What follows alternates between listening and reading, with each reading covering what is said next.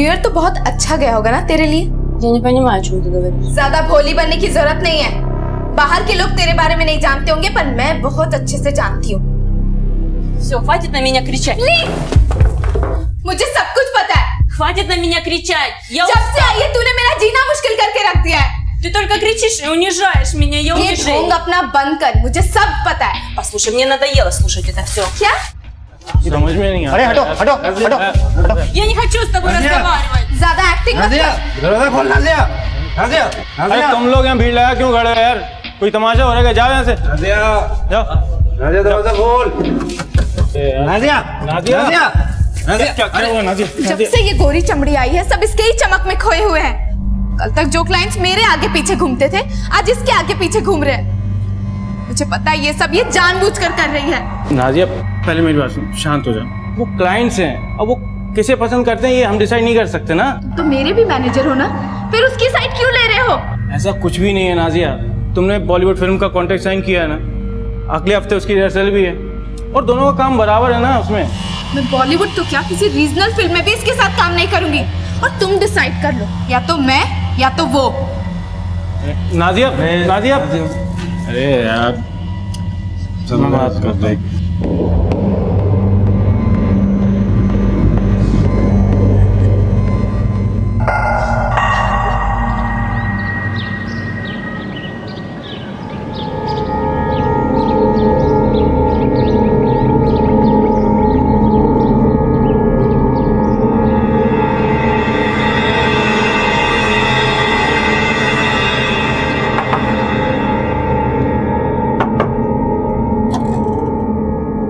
Madam 2 minute बाहर आ जाइए, सफाई करना है। मैडम, मैडम 2 मिनट बाहर आ जाइए, सफाई करना है। मैडम आप सुन रही हैं? मैडम,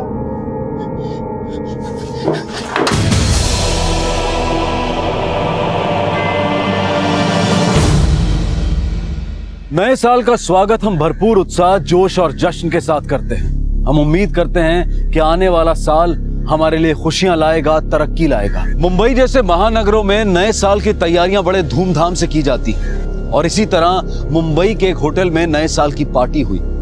लेकिन उस पार्टी के बाद जो हुआ उसे देखकर सबके होश उड़ गए। दिलशोदा पेशे से बेली डांसर थी और अपने मुल्क से यहाँ डांस की दुनिया में नाम कमाने आई थी। बाकी के कलाकारों की तरह उसके भी कुछ सपने थे, आशाएं थी, लेकिन उसके सारे सपने किसी ने पुराने साल के साथ ही खत्म कर दिए। आने वाले साल के जश्न में उसका यह परफॉर्मेंस अब तक का सबसे बेहतरीन परफॉर्मेंस था। लोगों की नजरें उससे हट ही नहीं रही थी। दिलशोदा की काफी वाहवाही हो रही थी, लेकिन उसके करियर का यह सबसे बेहतरीन परफॉर्मेंस उसकी जिंदगी का आखिरी परफॉर्मेंस साबित हुआ।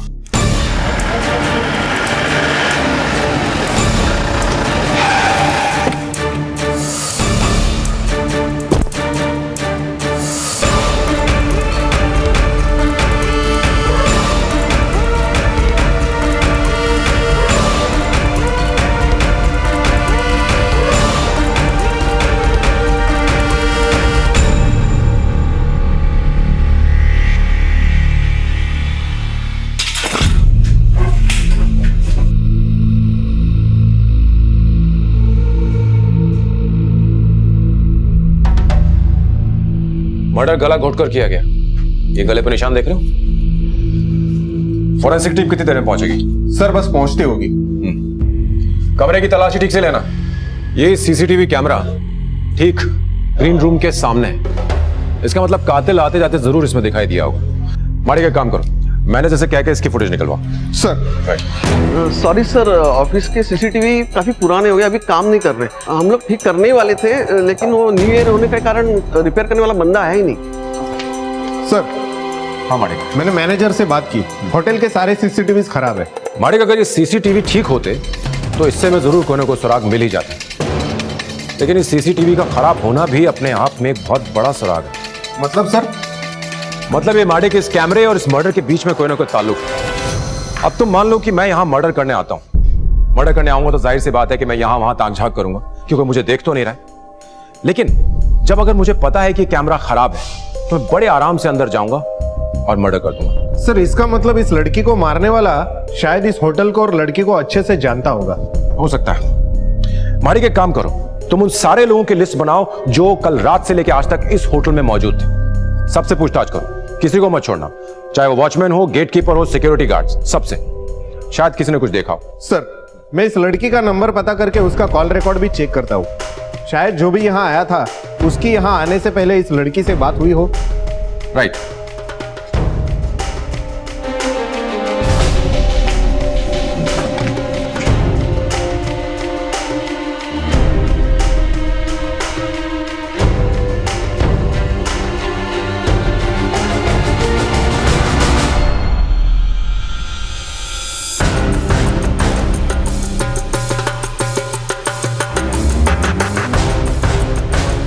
साहब, मैं सुबह रूम की सफाई के लिए गया तो मुझे लगा वो सो रही होंगी। मैंने काफ़ी आवाज़ भी दिया, पर जब मैंने उनको हाथ लगाया तो वो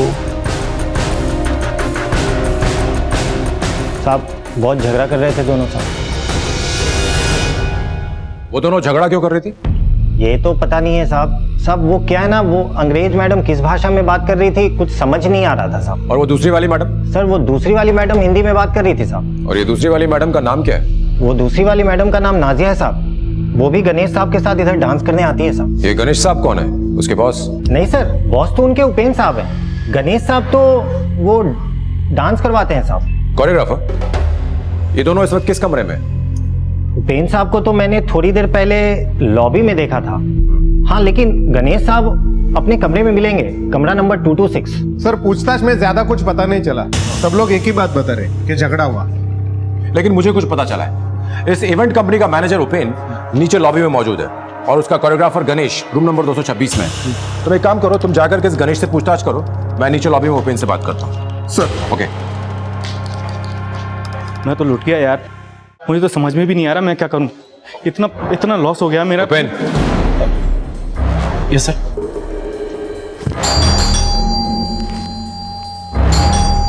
सर मुझे तो ये यकीन नहीं हो रहा है कि किसी ने दिलशुदा को मार दी। वो तो बहुत प्यारी और स्वीट लड़की थी सर। इतनी प्यारी और स्वीट लड़की का मर्डर कौन कर सकता है? मुझे क्या पता किसने मारा होगा सर। मैं तो वैसे ही खुद परेशान हूँ सर। मैंने रशिया से उसे यहाँ शो के लिए बुलाया था, लेकिन मेरा इतना लॉस हो गया। उसकी एडवांस बुकिंग थी, मुझे सबके पैसे वापस देने पड़ेंगे। और सबसे बड़ी बात, उसके घर वालों को क्या बोलूँगा मैं। उसकी किसी से कोई दुश्मनी थी? ऐसी दुश्मनी जिसमें उसका कोई मर्डर कर दे? नहीं सर, ऐसा तो कोई नहीं था। तो फिर कल रात उसका झगड़ा क्या नाजिया के भूत से हुआ था? वो झगड़ा सर नाजिया और दिलशोदा में तो अक्सर होता रहता था।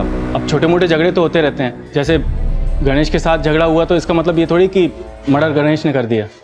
मतलब? Ganesh? Yes sir. Actually sir, Ganesh Dilshoda को बहुत लाइक करता था।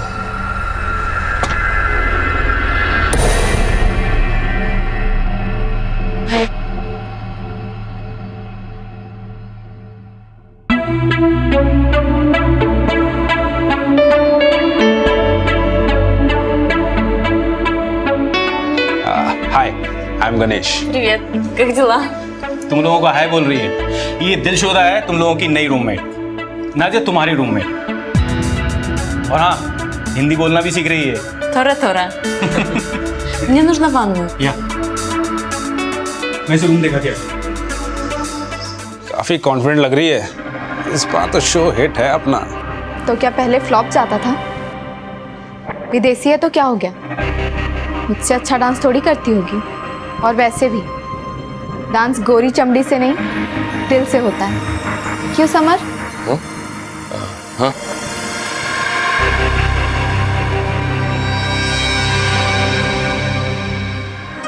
हाँ, मैं उसे पहले दिन से लाइक करता था। फिर मैं क्यों मारूंगा सर उसे? क्या तुमने ये बात उसे बताई थी कि तुम उसे लाइक करते हो? हाँ सर, एक बार मैंने उसे पटाने की कोशिश की थी। 1 2 3 4 1 2 3 4 1 2 3 4 1 2 3। नहीं हो रहा है, इट्स नॉट हैपनिंग। काम करो, तुम लोग ब्रेक ले लो। ओके, मैं इसको सिखाता हूँ। Okay, bye bye bye. Okay, let's start. तुझे क्या लगा? ये सब तुझे ऐसे ही मिल जाएगा? हाँ बेबी, इसको गुरु दक्षिणा कहते हैं और आज तक मुझे किसी ने ना नहीं कहा। कम ऑन, कम ऑन, नहीं हूँ। जाओ, देखता हूं कौन सिखा रहा है तुझे। सर गणेश ने उस बात को इज्जत पे ले लिया था। वो तो उसे कोरियोग्राफ भी नहीं करना चाहता था, फिर मैंने मैनेज किया। मैंने गणेश को समझाया अगर कोई बाहर की लड़की तेरे अंडर में काम करेगी तो मार्केट में तेरी इज्जत बढ़ेगी। और ये कितने दिन पहले की बात है? कुछ ही महीने पहले की बात है। बाद में तो सब ठीक ही चल रहा था सर। कल रात की पार्टी के बाद तुम दोनों कहाँ थे? कल रात की पार्टी बहुत बड़ी थी सर, और बहुत मुनाफा भी हुआ, इसलिए मैंने और गणेश ने दारू पीकर सेलिब्रेट किए थे सर। Cheers! गणेश तू देखना, इस प्रोग्राम के बाद ना हमारी लाइफ के सारे प्रोग्राम बड़े अच्छे होंगे। आज हम 3 स्टार में बैठे हैं, कल देखना 5 स्टार में होंगे, और सामने स्विमिंग पूल से लड़कियां निकल रही होंगी और हाथ में स्कॉच होगा। और तू देखना, आज हमारा एक ग्रुप है ना, कल 4 ग्रुप होंगे। बिल्कुल सब जल्दी चलिए साहब, वो अंग्रेज मैडम से नाजिया मैडम झगड़ा कर रही है साहब। अरे यार इन लड़कियों के झगड़े कभी खत्म नहीं होते यार। अच्छा खासा मजा आ रहा था। सर वेटर की बात सुन के हम लोग ग्रीन रूम में गए और उपेर ने दिलशोदा को समझाने की कोशिश की। दिलशोदा लिसन, देखो रो मत, ये सब होता रहता है। न्यू ईयर दिलशोदा, रो मत प्लीज। लीव मी, ये चुप हो ना। अरे भाई जाने देना, ओके गोद में बैठेगा उसकी। अरे भाव नहीं तेरी, छोड़, सुबह तक ठीक हो जाएगी। चल सुन ही नहीं रही। चल तू अभी चल। उन लोगों के झगड़े के चक्कर में काफ़ी लेट हो गए थे सर, और बहुत पी भी ली थी, तो हम दोनों यहीं रुक गए। अरे यार उसके समझ में ही नहीं आता, इतना क्या गुस्सा, मैं उसे समझा ही तो रहा था। करेक्ट बोल रहा है, करेक्ट बोल रहा है। समझ के आइए, मैं आपको रूम तक छोड़ देता हूँ। कौन सा room number? Room number 226। Thank you, happy new year. फिर हम यहाँ आए और सो गए, उसके बाद क्या हुआ कुछ पता नहीं sir. Happy new year Ganesh. अरे सेम टू यू। देखना कल से नया शो करूंगा और धमाल मचा दूंगा मैं। अरे all the best, all the best. Thank you. Dilshoda से जुड़ी कोई बात हमें बता सकते हो जिससे हमें हेल्प हो सके? हाँ सर, इवेंट खत्म होने के बाद समर मिला था मुझे। गणेश, एक काम करा दे, दिलशोदा के साथ कुछ करा दे। बेटा तेरे सपने कुछ ज्यादा बड़े नहीं हो गए? अबे सपने तो सपने हैं ना, उन्हें छोटे बड़े से क्या लेना देना है? और वैसे भी हर बड़ी चीज की एक बड़ी कीमत होती है, मैं तुझे दे रहा हूँ ना। तू यार ये ले, कितना चाहिए? ये ले, सब ले, काम करा दे बस एक बार, दिलशोदा के साथ करा देना।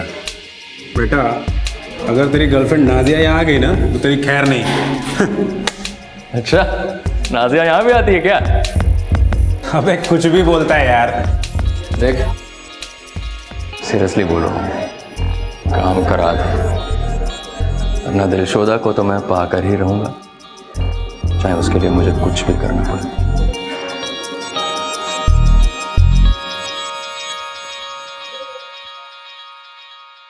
समर की ये बात तूने नाजिया को बताई? नहीं सर, पर मैंने समर को समझाया कि दिलशोदा के साथ कुछ वक्त बिताने के बाद उसका दिल भर जाएगा, और नाजिया उसे दिल से प्यार करती है।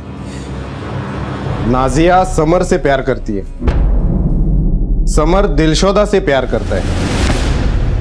तुम दिलशोदा के पीछे पागल थे। बचा उपेन, उपेन ने ये मर्डर किया होगा। सर दिलशोदा उसके लिए सोने का अंडा देने वाली मुर्गी थी, और कोई ऐसी मुर्गी को क्यों मारेगा सर? लेकिन दिलशोदा तो मर गई। चलो मान लिया गणेश कि उपेन एकदम सीधा साधा है, ये मर्डर उसने नहीं किया, तो क्या नाजिया ने किया?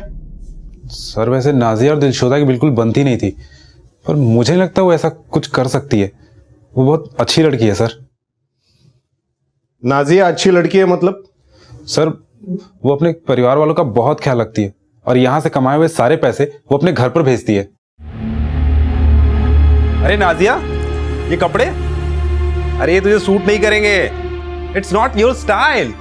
अरे बाबा ये मेरे लिए नहीं है, ये सब मैं गांव भेजूंगी मेरी छोटी बहन के लिए। पहली बार कॉलेज जा रही है ना, सबसे अच्छी दिखनी चाहिए। अरे तेरी छोटी बहन भी है, तूने बताया नहीं कभी? डांस करती है क्या? मिला कभी? नहीं, वो ये सब नहीं करेगी। जो कुछ भी मैंने देखा है, मैं नहीं चाहती कि वो ये सब देखे। वो सिर्फ सपने देखेगी, बड़े बड़े सपने, और मैं उन्हें पूरा करूंगी। अब आप ही बताइए सर, ऐसी लड़की किसी का मर्डर कर सकती है? उसके घर पे कौन कौन है? सर उसके मम्मी पापा, एक छोटी बहन और एक बड़ी बहन है। उसकी बहनें भी डांसर है? नहीं सर, छोटी वाली किसी कॉलेज में पढ़ाई करती है और बड़ी वाली की शादी हो गई है। अब ये नाजिया कहाँ मिलेगी? कहने को तो हम 21वीं सदी में जी रहे हैं। हम मॉडर्न कल्चर, मॉडर्न लाइफस्टाइल की बातें करते हैं। हम कहते हैं कि हमारी दुनिया काफी एडवांस हो चुकी है, पर अफसोस कि हम आज भी उन दकियानुसी ख्यालों को अपने साथ रखना पसंद करते हैं जब हमें औरतों के बारे में बात करनी है। किसी औरत के लिबास से या जो वो काम करती है उसके हिसाब से हम तुरंत उसके चरित्र के बारे में धारणा बना लेते हैं। कई लोग उन महिलाओं को ओछी नजर से देखते हैं जो एंटरटेनमेंट, मनोरंजन की दुनिया में काम करती हैं, और दिलशोदा के साथ भी कुछ ऐसा ही हुआ। लोग उसकी कला से ज्यादा उसके शरीर में दिलचस्पी रखते थे, और ऐसी ही सोच रखने वाले कुछ लोग बिल्कुल उसके आसपास थे जिन्हें वो दिन रात झेलती थी।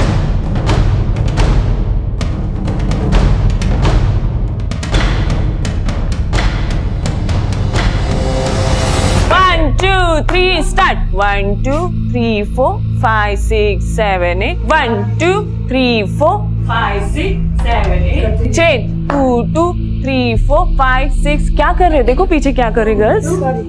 4, 5, 6, 7, 8. 1, 2, 3, 4, 5, 6, 7, 8. क्या कर रहे हो? गलत कर रहे हो, ठीक से करो, मैच करो. 2, 3, 4, 5, 6, 7, 8. 1, 2, 3, 4, 5, 6, 7, 8. 2, 2, 3, 4, 5, 6, 7, 8. 1, 2. नाजिया कौन है? सर मैं हूँ नाजिया। वो मेरी रूममेट थी सर, हम 1 साल से साथ में थे। मैं बेवजह उसे क्यों मारूंगी? तुम्हारे हिसाब से बेवजह होगा, पर हर चीज के पीछे की वजह ढूंढना ही हमारा काम है। कल रात जो हुआ उसकी वजह तो याद होगी, या वो सब कुछ भी बेवजह था? सर कल रात मुझे गुस्सा आया था, पर वो गुस्सा इतना बड़ा भी नहीं था कि मैं किसी का मर्डर कर दूं और अपनी लाइफ खराब कर दूं। सर ऐसा नहीं है कि मैं अच्छी डांसर नहीं हूँ, पर वो फॉरेनर थी ना, इसलिए सब उसके पीछे पड़े रहते थे। और कल रात को भी इसी बात को लेकर हम दोनों के बीच कहासुनी हो गई। और वो आखिरी बार था जब तुम दिलशोदा से मिली? नहीं सर, मिली तो नहीं थी, लेकिन जब मैं वॉशरूम जा रही थी तब मैंने वहां देखा।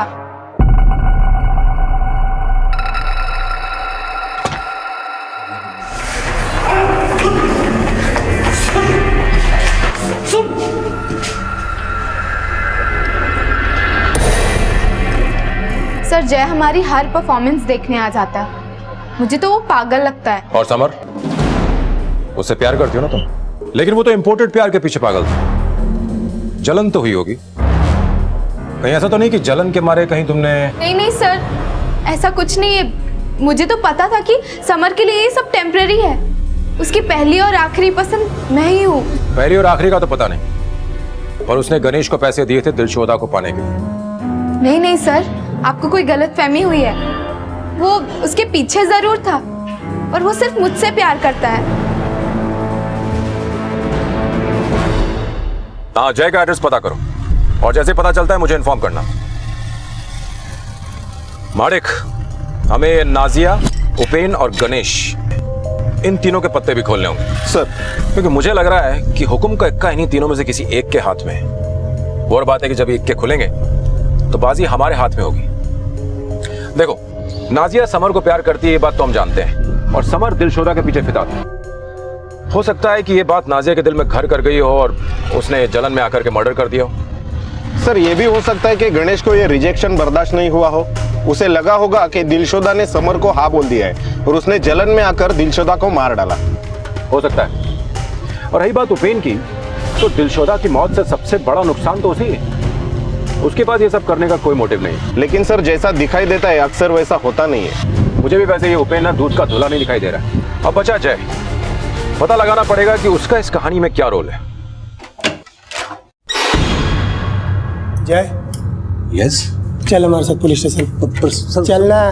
तो आप मुझे लेकर किसी आए यहाँ पर? चुपचाप बैठे रहो, सब पता चल जाएगा। बता, तूने दिलशोदा का मर्डर क्यों किया? दिलशोदा का मर्डर हो गया? चौक तो ऐसे रहा जैसे तुझे कुछ पता नहीं है। हाँ, मुझे नहीं पता है। और आप मुझ पे क्यों शक कर रहे हैं? मैं तो उसे चाहता था। एग्जैक्टली, तू उसे चाहता था, उसने तुझे मना कर दिया और तूने गुस्से में आकर उसे मार डाला। आखिर तुम्हारा मकसद क्या था? तुम दिलशोदा को चाहते थे या दिलशोदा से कुछ चाहते थे? सर मैं तो इवेंट कोऑर्डिनेटर हूं, मैं चाहता था कि वो मेरे साथ काम करे। सर वो उपेन उसके सामने चिल्लड़ फेंका करता था और मैं उसके काम का कम से कम 10 गुना ज्यादा उसको पैसा दिलवा सकता था। माडिक अगर जय की बात को सच माने तो नाजिया ने हमें सारा सच नहीं बताया। मुझे लगता है कि नाजिया जानती थी कि समर ने दिलशोदा के लिए जय के साथ झगड़ा किया। और क्या उपेन ये जानता था कि जय दिलशोदा को अपने ग्रुप में शामिल करना चाहता था? और अगर वो ये जानता था तो ये कभी नहीं चाहेगा कि दिलशोदा जय का ग्रुप ज्वाइन करे। एक काम करो, तुम एक टीम को भेजो, होटल में जाकर ड्राइवर और सिक्योरिटी गार्ड से पूछताछ करें और तुम जाकर के समर को उठा के लाओ। सर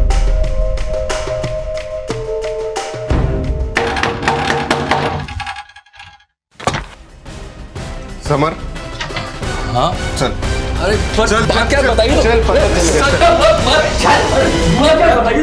अरे सर हुआ क्या? मैं तो दिलशोदा से प्यार करता था सर, मैं उसको क्यों मारूंगा? मैंने तो उसके लिए नाजिया को छोड़ दिया। समर प्लीज ऐसा मत करो समर, मैं तुमसे बहुत प्यार करती हूँ। देख नाजिया, मेरा तेरा रिश्ता सिर्फ बिस्तर तक का था, लेकिन दिलशोदा से मैं प्यार करता हूँ और ये ब्रेकअप वेकअप चलता रहता है। टेंशन मत ले, शादी नहीं की थी मैंने तुझसे। समर प्लीज, अगर तुमने ऐसा किया ना तो मैं अपनी जान दे दूंगी। ये नाटक मत कर, तू ऐसा कुछ नहीं करेगी और वैसे भी तेरे को ना कोई मिल ही जाएगा। समर कब हुआ सब? भी कुछ महीनों पहले सर मैंने दिलशोदा के लिए बहुत वेट किया सर। और कोई लड़की होती तो मुझे जो करना था मैं करके खत्म किया होता, लेकिन साहब मैं दिलशोदा से प्यार करता था, उसकी जगह बिस्तर पर नहीं दिल में थी सर। तू ये शहर छोड़कर नहीं जाएगा साहब? तू हमें बिना बताए शहर छोड़ करके नहीं जाएगा। ठीक है सर। जा। Thank you sir.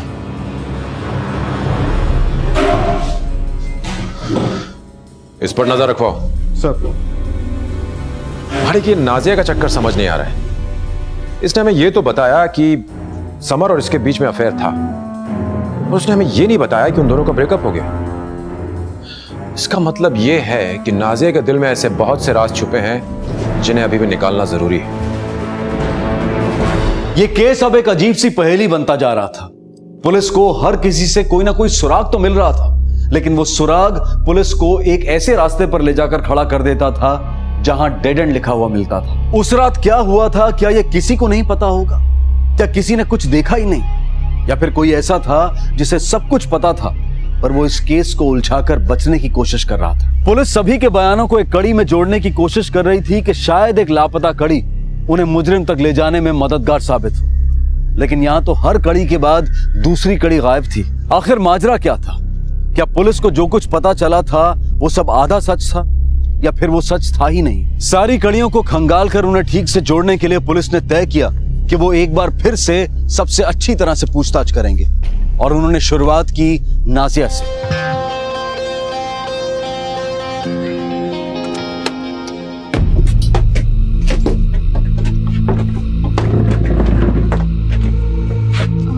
सर वो मेरे दूसरे परफॉर्मेंस का टाइम हो रहा है। कोई बात नहीं, पहले हमारा शो खत्म हो जाए, उसके बाद जिस शो पे जाना चाहती हो चली जाना। देखिए सर, मुझे जो कुछ भी पता था मैं आपको सब कुछ बता चुकी हूँ। नहीं नाजिया, अभी भी कुछ सच है जो बताना बाकी है। अब सच सच बताओ, वरना ये लेडी कांस्टेबल देख रही हो, इसकी कोरियोग्राफी के बाद डांस करना तो दूर, खड़े रहना मुश्किल हो जाएगा। इसलिए सब सच बताओ। समर के साथ अब भी हो? नहीं सर, मैंने झूठ बोला था। मैं बहुत डर गई थी सर, क्योंकि मुझे लगा अगर आपको इस बारे में पता चलेगा तो आप सबसे पहले मुझ पे ही शक करोगे, और अगर मुझे किसी को मारना ही होता तो मैं समर को मारती, ना कि दिलशोदा को। तुम्हारा उस रात दिलशोदा के साथ झगड़ा क्यों हुआ था? Я не хочу с тобой разговаривать। ज्यादा एक्टिंग मत कर। तुझे पैसे चाहिए ना? निखिल सेठ और विक्रम सेठ ये दोनों देती है तुझे, दोनों बहुत पैसे वाले हैं। तू प्लीज समर का पीछा छोड़ दे। I am not prostitute, I am dancer. मैं समर पीछे नहीं, समर मेरे पीछे। बस सर, इसके अलावा मैंने जो कुछ भी बोला है सब कुछ सच बोला है। Thank you.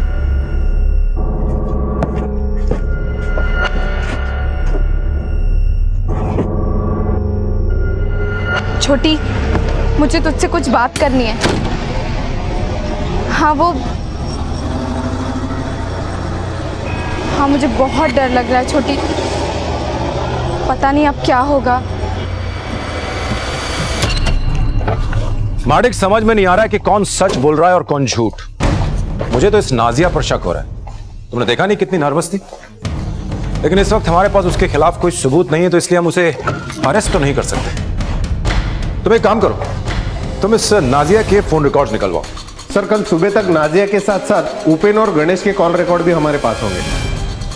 माडिक, इस समर के फोन रिकॉर्ड्स भी निकलवाओ। क्या पता तुक्के में मारा गया ये तीर निशाने पे लग जाए।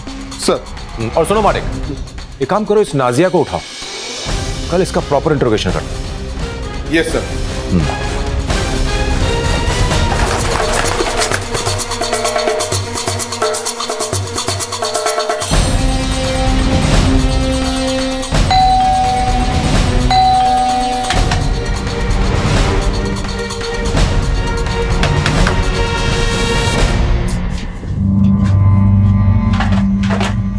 आप नाजिया के पड़ोसी हो? हाँ जी। नाजिया कहाँ है, कुछ पता है आपको? सर वो कल रात से ही घर पे नहीं आई। एक्चुअली कल सुबह उसकी बाई ने काम करके चाबी दी थी, वो चाबी लेने भी नहीं आई। नहीं सर, कल से नहीं दिखी नाजिया। कॉल किया था सर, लेकिन स्विच ऑफ आ रहा था। पहले तो कभी ऐसा हुआ नहीं सर, समझ में नहीं आया। पता नहीं कहाँ गई सर, वैसे तो बता कर जाती है वो।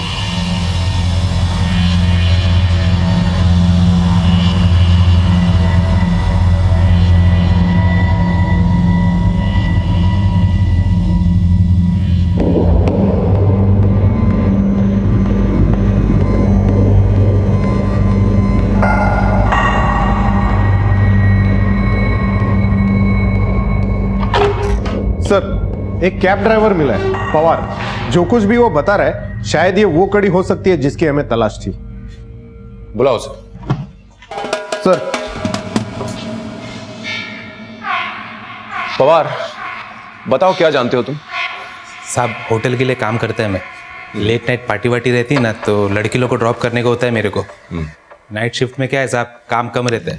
सुबह ट्रैफिक वगैरह रहता है, तो मेरे को रात को थोड़ा काम जमता है। कहानी मत बताओ, मुद्दे की बात बताओ। अभी कुछ दिन पहले की बात है साहब। नाजिया मैडम होटल के बाहर आई, मेरे गाड़ी में बैठी।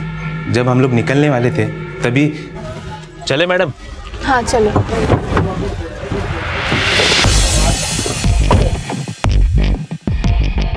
अब क्या चाहिए तुम्हें?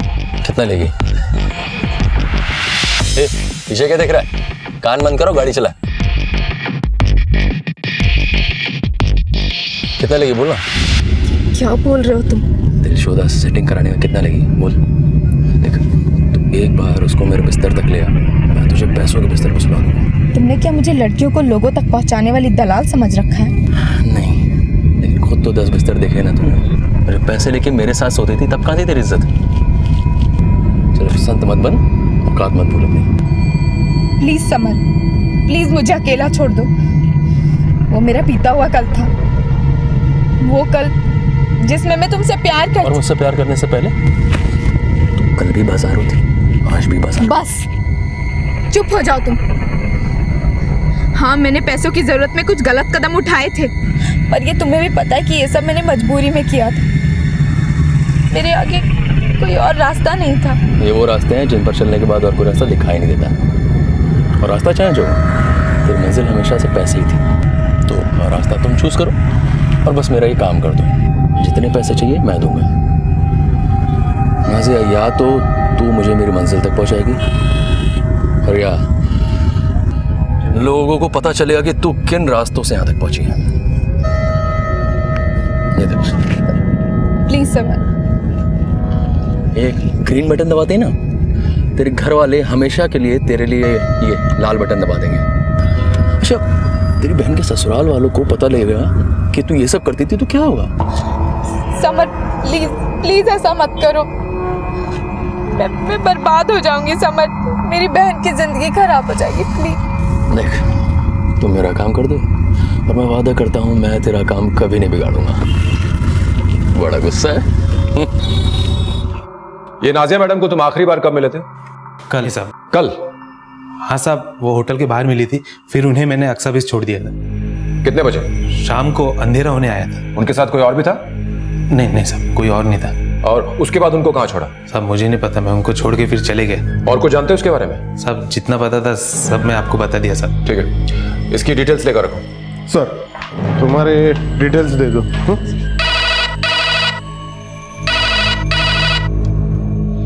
अंधेरी पुलिस स्टेशन हेड कांस्टेबल मात्रे बोलते हैं क्या?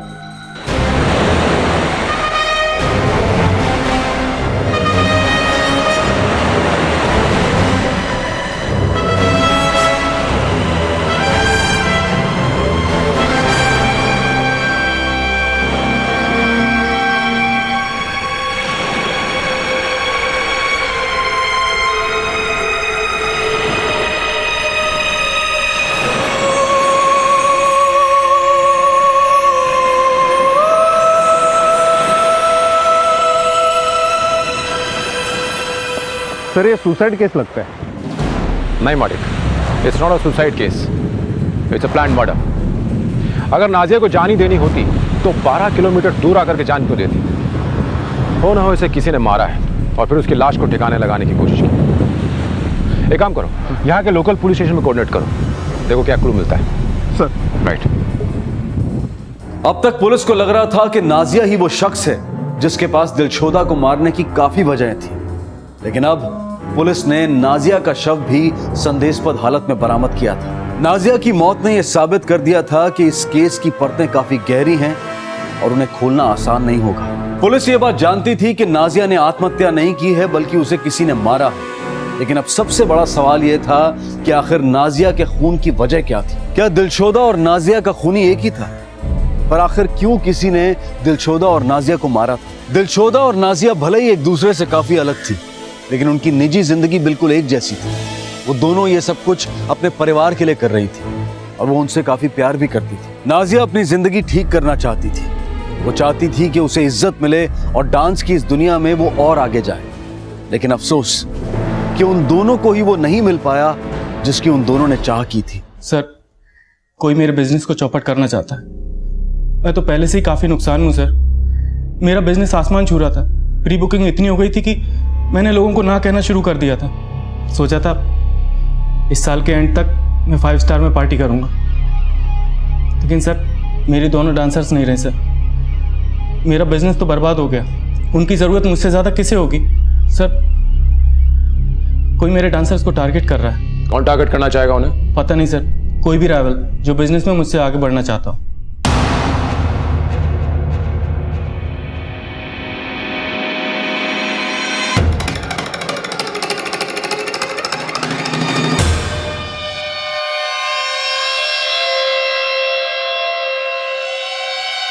सर ये जय, नाजिया, उपेन, राज, गणेश और समर सबके कॉल रिकॉर्ड्स आ गए।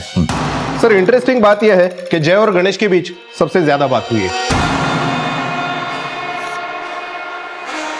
ये जय तो अपनी इवेंट कंपनी चलाता है ना, और गणेश उपेन का कोरियोग्राफर है। ये इन दोनों के बीच में इतनी बातचीत क्यों हो रही है?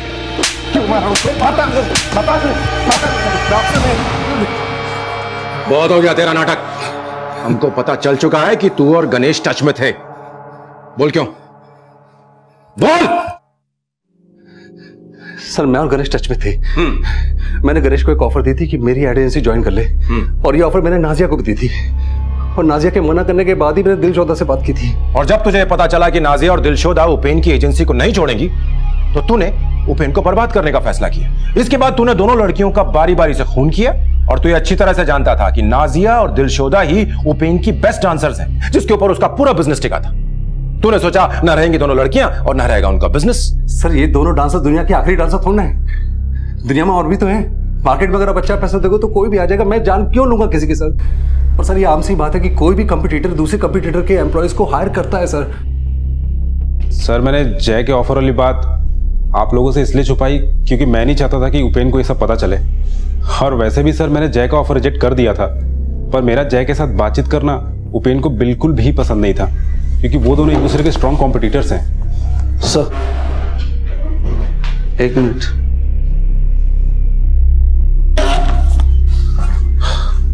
हाँ बोलो। सर ये समर का कुछ पता नहीं चल रहा है। मैंने बहुत ढूंढने की कोशिश की पर वो नहीं मिल रहे। जल्द से जल्द इस समर के फोटोज चारों तरफ सर्कुलेट कर दो। इसका मिलना हमारे लिए बहुत जरूरी है। Yes sir. गणेश, क्या तुम जानते हो कि समर इस वक्त कहां है? समर? मुझे क्या पता सर। सर क्या बात है? तुम जा सकते हो। Thank you sir. इस पर नजर रखना। समर भाग गया है, हो सकता है वो इससे मिलने की कोशिश करे।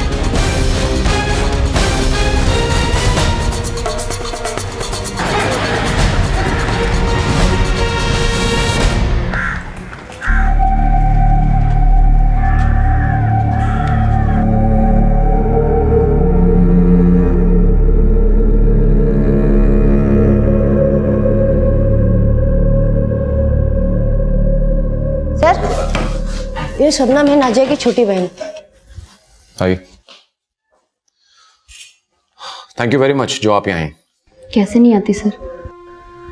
जिस बहन ने मेरी और पूरे परिवार की जिम्मेदारी अपने कंधों पर उठा रखी थी, उस बहन के लिए इतना करना तो कुछ ना करने के बराबर है। मैं ही जानती हूँ कि आपा ने हमारे लिए कितनी कुर्बानियाँ दी थी। कुर्बानी? कैसी कुर्बानी? कि हमारी ज़रूरतें पूरी करने के लिए आपा ने कई लोगों के साथ रातें बिताई हैं। मैं जानती थी कि वो कई लोगों की भूख का शिकार बनी है। सिर्फ हम सबकी भूख शांत करने के लिए हमें पैसों की बहुत ज़रूरत थी। और आपा ने अम्मी अब्बू को कभी एक बेटे की कमी महसूस ही नहीं होने दी। इस बार पैसे कम तो नहीं है ना? और हाँ, अगले वक्त पैसे जल्दी मिल जाने चाहिए, वरना मैं तुम्हारी बहन को यहीं छोड़ के चली जाऊंगी। मेरे बेटे को रिश्ते की कमी नहीं है, एक से एक रिश्ते हैं इसके लिए, और ज्यादा पैसे देने वाले। नहीं नहीं, इसकी कोई जरूरत नहीं है। आपने जितने बोले थे मैंने दे दिए हैं। और प्लीज आप लोग गुस्सा मत होइए, अगली बार से आपको पैसे वक्त पे मिलते रहेंगे। मुझे तो कभी पता ही नहीं चलता सर कि आपा हमारी खुशियों की कीमत किस तरह चुका रही हैं। लेकिन एक दिन जब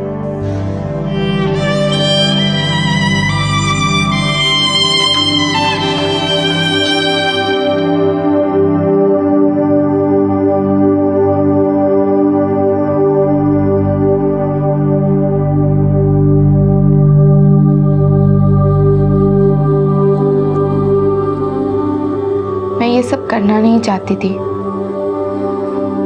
लेकिन घर के खर्च, तुम्हारी पढ़ाई, आपा के ससुराल वालों के डिमांड, मेरे पास कोई और रास्ता नहीं था। मैं जानती हूँ सब कुछ जानने के बाद सब लोग मुझसे नफरत करोगे। ये सब जानने के बाद मेरी नज़र में कभी आपा की इज्जत कम नहीं हुई, बल्कि 10 गुना और बढ़ गई। मैंने और आपा ने तय किया था कि ये बात सिर्फ हम दोनों के बीच में रहेगी, क्योंकि अगर अम्मी अब्बू को ये बात पता चलती तो वो जिंदा नहीं बचते। अम्मी अब्बू के लिए तो यही शर्म की बात थी कि आपा डांस करती थी। फिर एक दिन आपा की ज़िंदगी में समर आया। समर आपा का क्लाइंट था। आपा उसे पसंद करने लगी थी। वो उसके साथ अपनी ज़िंदगी की नई शुरुआत करना चाहती थी, मगर ऐसा कुछ नहीं हुआ। दुनिया की नज़र में समर उनका बॉयफ्रेंड था, लेकिन ओह हाय। और बढ़िया? हाँ बढ़िया। कहाँ है यार? अरे यार चल बैठ, बुलाता हूँ। जल्दी यार। अरे ना बड़ी बेचैनी है यार दोस्त।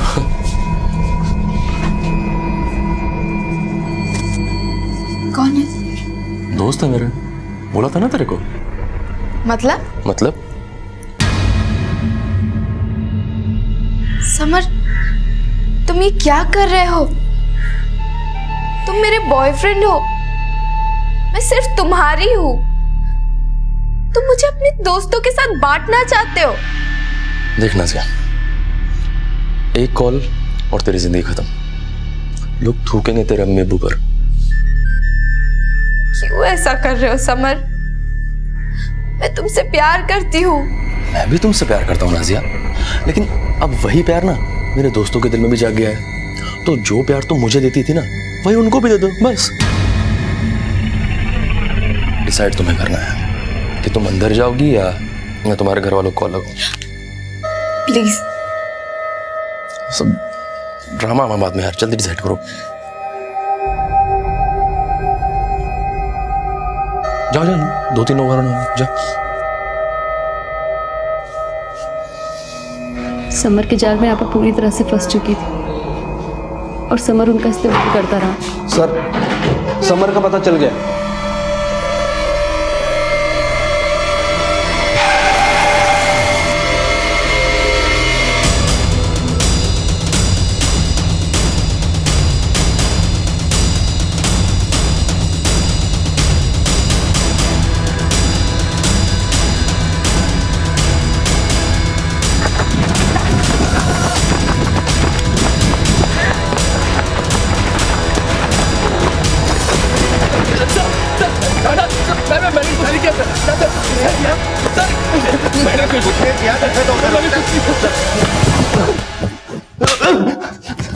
बोल, क्यों खून किया तूने? सर मैं सच बोल रहा हूँ सर, मैंने कोई खून नहीं किया सर। मैं तो पूरी रात किंग्स बार में बैठा था सर। किंग्स बार में बैठा था? हाँ सर। तो फिर अचानक गायब कहाँ हो गया था? बिना बताए तू यहाँ से गया कैसे? मैंने तुझे कहा था ना कि बिना बताए जाना नहीं, शहर में छोड़ना। क्यों गया? सर पूरी जगह मेरे पोस्टर लगे सर, और नाजिया भी मर गई, तो मुझे लगा मैं फंस जाऊंगा, इसीलिए भागा कि मामला सॉल्व होने के बाद वापस आ जाऊंगा। सर मैं सच बोल रहा हूँ, मैंने कोई खून नहीं किया। झूठ बोल रहा है? नहीं सर, मैं सच बोल रहा हूँ, मैं पूरी रात किंग्स बार में बैठा था सर। आप चाहे तो पता कर लो। सर ये सच बोल रहा है, ये किंग्स बार में ही बैठा था, मैंने पता किया। शबनम, तुम्हें नाजिया के बारे में सब पता था, क्योंकि नाजिया तुम्हें सब बताया करती थी। क्या उसने कभी तुम्हें बताया कि वो जय के साथ काम करना चाहती? नहीं सर, आपा तो चाहकर भी किसी और के साथ काम नहीं कर सकती थी। क्यों? अरे क्या बात है, मुझे यहाँ क्यों लेके आए? सर बात क्या है सर, मुझे यहाँ क्यों बुलाया सर? अब तुम खुद सच बताओगे या फिर हम अपने स्टाइल से उगलवाएं? क्या मतलब सर? मतलब वही है जो तुम समझ रहे हो। ये तुम्हारे पिछले 3 साल के इनकम रिकॉर्ड्स हैं, जिसके अकॉर्डिंग तुमने पिछले साल 24 लाख कमाए हैं, उससे पिछले साल 28 लाख और उससे पिछले साल 23 लाख। जब हमने दिलशोदा और नाजिया के बैंक अकाउंट्स चेक किए, तब हमने देखा कि उन्होंने इसका सिर्फ 10% कमाया है, जबकि तुम्हारी कंपनी उनके बूते पर चलती थी, पर तुमने उन्हें कभी उनका पूरा पैसा नहीं दिया। सर आपने इनकम के बारे में तो पता लगा लिया, पर शायद खर्च के बारे में पता लगाना भूल गया। हमारा काम भूलना नहीं है, याद दिलाना है। इसलिए खुद अपनी याददाश्त पर जोर डालो, नहीं तो हमें याददाश्त वापस लाना अच्छी तरह आता है। सर अगर उन्हें इतनी प्रॉब्लम थी तो मुझे छोड़ के क्यों नहीं गई? वो इसलिए छोड़कर नहीं गई क्योंकि उनका बहुत सारा पैसा तुम पर ड्यू था, और तुम उन्हें रोज उल्लू बनाते थे कि तुम्हारे क्लाइंट्स ने तुम्हें पैसा नहीं दिया, जबकि ऐसा नहीं था। और जब ये पैसा जमा होकर बहुत ज्यादा हो गया, तब तुमने तय किया कि तुम इतना हैवी अमाउंट उनको कभी नहीं दोगे। ऐसा कुछ भी नहीं था सर, ये एकदम झूठ है। नाजिया की छोटी बहन ने हमें सब बता दिया, क्योंकि नाजिया उससे हर बात शेयर किया करती थी। उसने ये भी बताया है कि नाजिया पैसों की तंगी के चलते ही दिलशोदा का सौदा करवाने को तैयार हुई थी, ताकि वो आसानी से ज्यादा पैसे कमा सके। बोल, ऐसा हुआ था? ऐसा कुछ भी नहीं हुआ था सर। मैं सर बताता हूँ। एक्चुअली बात ये थी कि वो दरअसल समझ में नहीं आ रहा। अरे हटो। Я не хочу с тобой разговаривать. ज्यादा एक्टिंग मत कर। तुझे पैसे चाहिए ना? निखिल सेठ और विक्रम सेठ ये दोनों देती है तुझे। दोनों बहुत पैसे वाले हैं। तू प्लीज समर का पीछा छोड़ दे। I'm not prostitute. I'm dancer. मैं समर पीछे नहीं, समर मेरे पीछे। देख मैं सब जानती हूँ कौन किसके पीछे। तुझे पैसे चाहिए ना? मैं तुझे दिलाती हूँ पैसे। मेरे साथ सौदा कर ले, दोनों मिल बांट के खाएंगे। तुम मुझसे ऐसे मत बात करो, मैं मेरा पैसे चाहिए। You and your manager are cheaters. You are cheaters. अरे क्या कर रहे हो यहाँ पे? जाओ ना, तमाशा लगा रखा है क्या? जाओ यहाँ से। मैं मेरे पैसे चाहिए। I want to go my country. I go to embassy and tell you are cheaters. I want my money.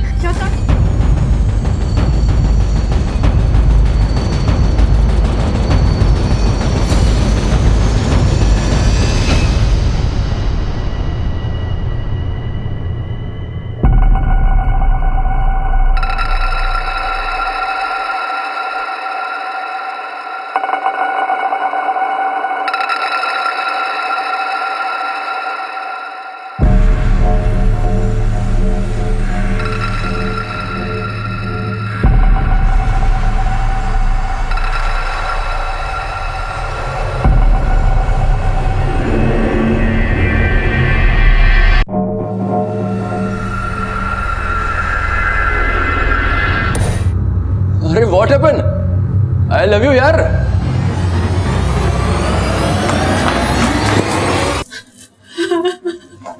अब मान चुकी अब मान चुकी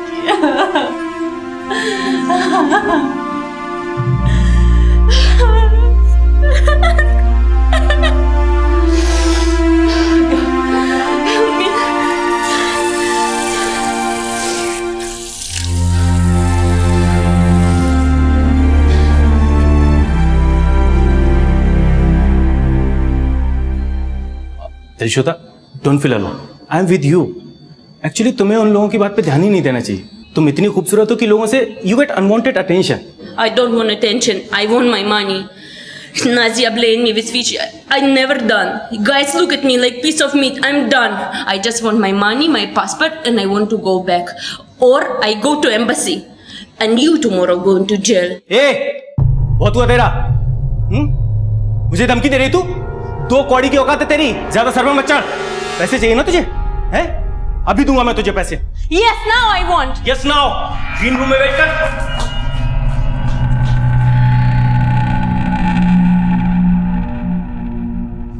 हाँ नाजिया, जल्दी से बिलियर्ड रूम में आ।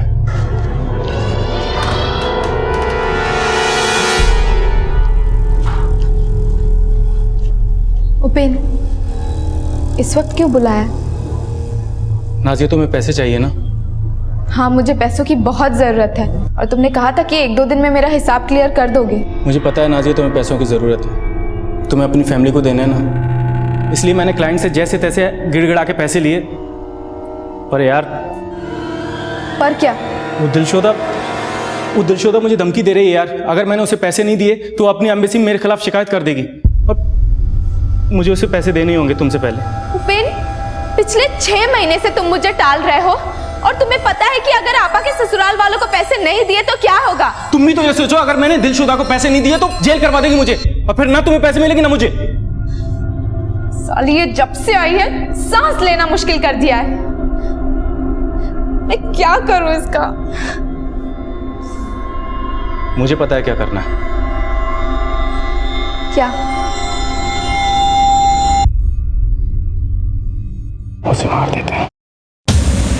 तुम क्या बोल रहे हो? पागल हो गए हो क्या? नाजिया, इसमें मेरा कोई फायदा नहीं है। मैं सिर्फ तुम्हारे फायदे के बारे में सोच रहा हूँ। सोचो अगर पैसे नहीं पहुंचे तो तुम्हारी बहन के साथ क्या होगा? हाँ, पर इसके लिए ये सब करना? ठीक है, तो मैं दिलशोदा को पैसे दे देता हूँ। मैंने तो सोचा था कि आज तुम्हारे सारे ड्यूज क्लियर कर देता और उन पैसों में से भी एक बड़ा अमाउंट तुम्हें देता, जिससे तुम्हें ये सब काम करने की जरूरत नहीं पड़ती। देखते हैं नेक्स्ट टाइम क्लाइंट कब पैसे देता है।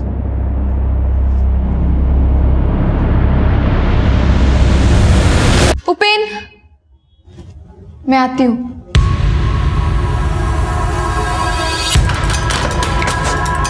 सर, मैं बहुत डर गया था। एम्बेसी को पता चल जाता तो यहाँ की पुलिस मुझे छोड़ती नहीं। छोड़ेंगे तो हम भी नहीं तुझे। वो और बात है कि एम्बेसी वाले केस में तू सस्ते में बचता, तुझे कम सजा होती, लेकिन अब हम तुझे फांसी के तख्ते तक ले जाएंगे।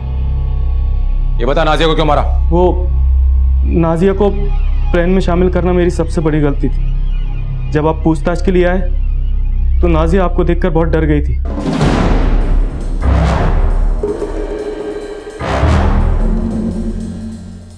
छोटी, मुझे तुझसे कुछ बात करनी है। हाँ, मुझे बहुत डर लग रहा है छोटी। पता नहीं अब क्या होगा। तो तुझे लगा कि वो डर के मारे हमारे सामने सच न उगल दे, इसलिए तूने उसे जान से मार दी। आप लोगों के जाने के बाद मैंने उसे बीच पे बुलाया।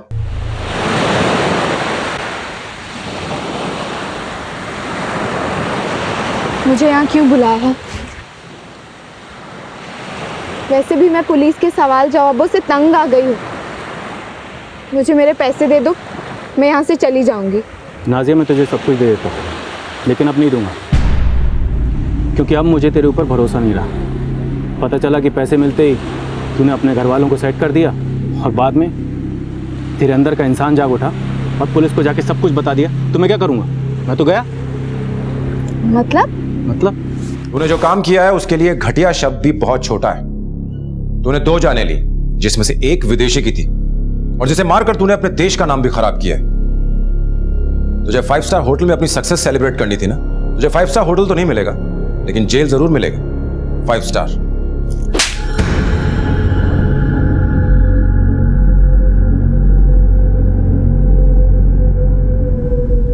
आखिरकार पुलिस ने आईपीसी की धारा 302 के तहत उपेन को इस दोहरे हत्याकांड के लिए हिरासत में लिया। उस पर ठगी के लिए आईपीसी की धारा 421 भी लगाई गई और साथ ही पुलिस ने समर को ब्लैकमेलिंग के लिए धारा 384 के तहत गिरफ्तार किया। भले ही आज उपेन सलाखों के पीछे है, लेकिन उसने जो किया उसकी भरपाई कभी नहीं की जा सकती। दिलशोदा और नाजिया के परिवार अब तक इस सदमे से बाहर नहीं निकल पाए हैं। दोनों ही परिवारों ने अपनी अपनी बेटी खो दी। सभी ने हमेशा नाजिया और दिलशोदा को गलत नजर से देखा, लेकिन उन दोनों की हत्या के पीछे आखिर वजह क्या थी? वजह थी लालच। उपेन दिलशोदा और नाजिया को पैसे देना ही नहीं चाहता था।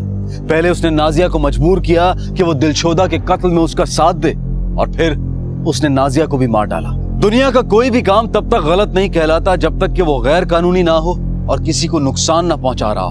हम अक्सर दूसरों को सलाह देते हैं कि ऐसा करने से हम सुरक्षित रहेंगे, वैसा करने से हमारा नुकसान होगा, लेकिन हमारे अंदर जो शैतान पनप रहा है उसका क्या? जरूरी है कि दूसरों से पहले हम अपने आप को रोकें, अपने आप से सवाल करें कि हम जो करने जा रहे हैं क्या वो गलत है या सही है, क्योंकि हमारा एक गलत फैसला हमारी पूरी जिंदगी पर असर डाल सकता है। क्राइम पेट्रोल की पूरी टीम की तरफ से आप सबको नए साल की ढेर सारी शुभकामनाएं। अब मैं अनूप सोनी आपसे विदा लेता हूं, फिर मुलाकात होगी अगले एपिसोड में। तब तक अपना और अपने परिवार का ख्याल रखें और देखते रहें क्राइम पेट्रोल डायल 100। सबक एक को सीख हम सबको। जय हिंद।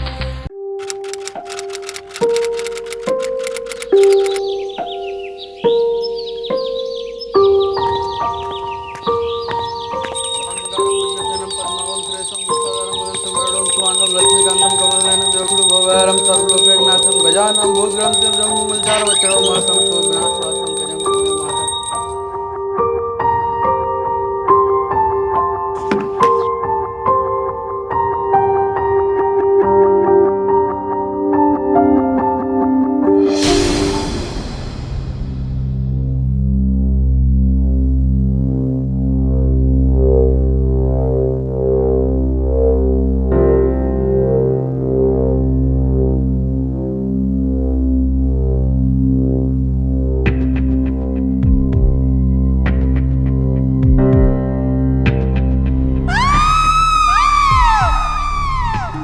कभी कभी जुर्म इतने संगीन होते हैं कि जिनके बारे में सुनकर आपकी रूह कांप जाती है।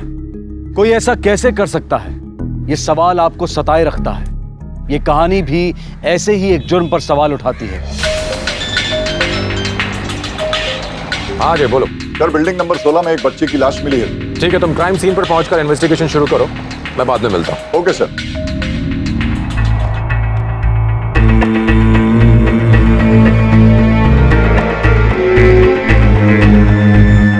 पिछली बार इस इलाके के एक नाले में 5 साल की बच्ची की लाश पाई गई थी, जिसका हत्या से पहले शोषण किया गया था। लेकिन इस बार मामला और भी गंभीर था। पुलिस कर्मचारियों पर एक सवाल उठ रहा था कि जो अपने ही घर की रखवाली नहीं कर सकते, वो दूसरों की रखवाली कैसे करेंगे। पुलिस के लिए इस सवाल से बढ़कर दूसरे कई सवालों के जवाब ढूंढना जरूरी था। आखिर 2 मासूम बच्चियों की बड़ी बेरहमी से हत्या कर दी गई थी। सर बॉडी को पोस्टमार्टम के लिए भेज दिया है, लेकिन पैटर्न वही पिछले महीने वाली लाश जैसा लगता है सर। पिछले 1 महीने में दूसरी बॉडी। कोई एक 8 साल की बच्ची को पुलिस क्वार्टर की छत पर ले जाता है, लेकिन उस बिल्डिंग में रहने वाले किसी भी पुलिस ऑफिसर ने कुछ नहीं देखा। इसका मतलब यह हुआ कि जिसने भी यह जुर्म किया है वो उस बिल्डिंग में रहने वाले लोगों से वाकिफ था, यानी कि उसका वहां पर रोज का आना जाना था। या फिर सर वो बिल्डिंग में ही रहने वालों में से कोई एक है।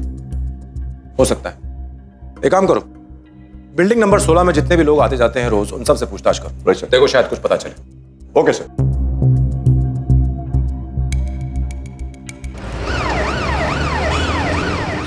जिस बच्ची के साथ ये हुआ, याद करो, कभी उसे देखा उस बिल्डिंग में, कंपाउंड में? नहीं देखा। साहब ने आपको बुलाया है। जिस बच्ची के साथ ये हुआ, याद करो, उसे तुमने कहाँ देखा? बिल्डिंग में, कंपाउंड में या कहीं और? नहीं सर, मैंने कहीं नहीं देखी।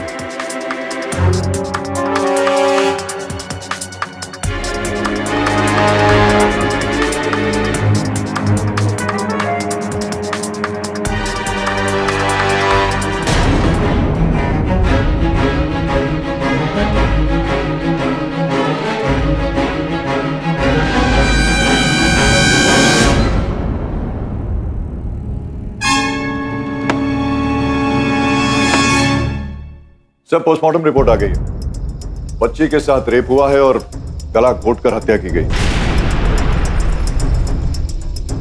रूही की लाश पर किसी और शख्स का डीएनए पाया गया। एक काम करो, बच्ची के माँ बाप को इन्फॉर्म कर दो। Okay sir. और उनसे कहो कि वो बॉडी ले जा सकते हैं।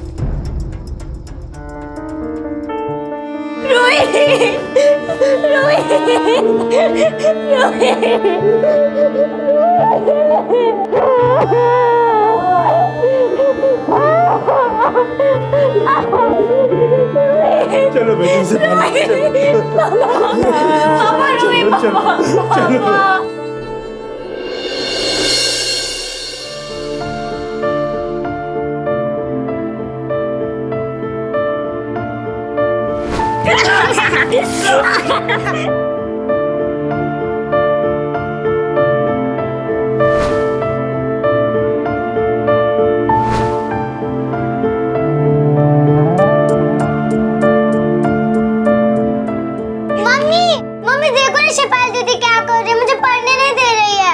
रूही, शेफाली काय चाललंय दोघांचं तुम्ही? और शेफाली, तुम इतनी बड़ी हो गई फिर भी तुम्हें अक्ल नहीं है ना? कितना मस्ती करती रहती हो। रूही, रूही।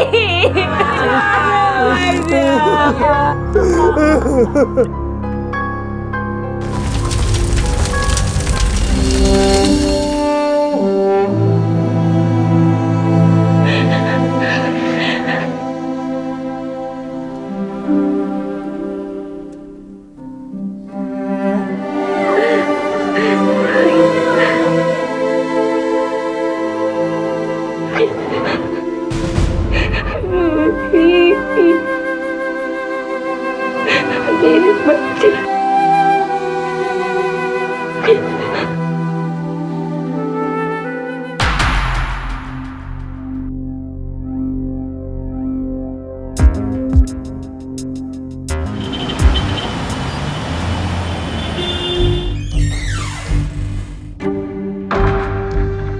सर, रूही शर्मा की फैमिली आई है, वो आपसे बात करना चाहती है। बुलाओ। Yes sir.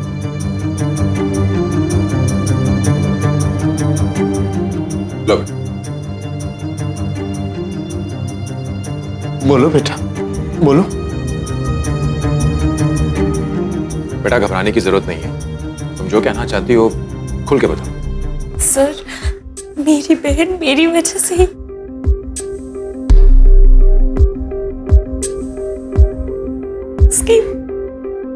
उसकी मौत की वजह मैं हूं।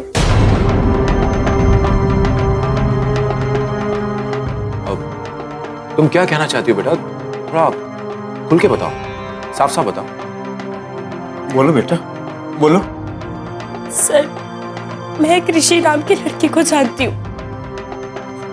वो मोहल्ले की हर लड़की को छेड़ता है। मेरे पीछे भी पड़ गया था। सुनना, क्यों इतना भाव खा रही है रे? और जब मैं नहीं मिली तो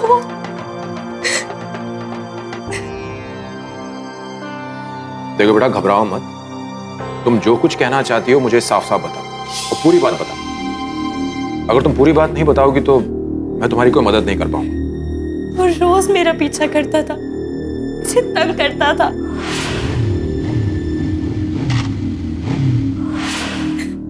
मैं कुछ नहीं कर पाती थी क्योंकि मैं डरती थी। वो प्लीज क्यों हमें परेशान करो, जाने दो ना। और फिर एक दिन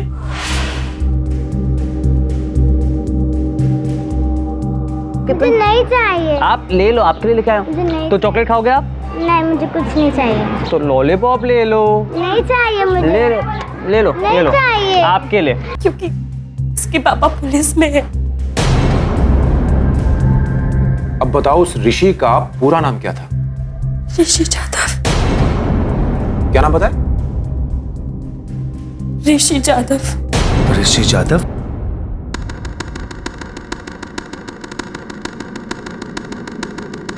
उसने मेरी बहन को मार डाला साहब, मार डाला उसने मेरी बहन को। रूही की लाश मिलने के 2 दिन बाद कहानी में ट्विस्ट आ गया। शेफाली के बयान से इतना तो साफ हो गया था कि ऋषि के पास रूही को मारने का मोटिव था, लेकिन जांच अब तक पूरी नहीं हुई थी। पर सबसे बड़ा सवाल यह था कि आखिर ऋषि कहां गायब था और क्या उसके कारनामों के बारे में उसके पिता को जरा भी अंदाजा था? अरे गावकर तू ये ना। मैडम ऋषि बाबू आहे का? नहीं रे, 3 दिन से घर नहीं लौटा। क्या रे? सर ये तू जा।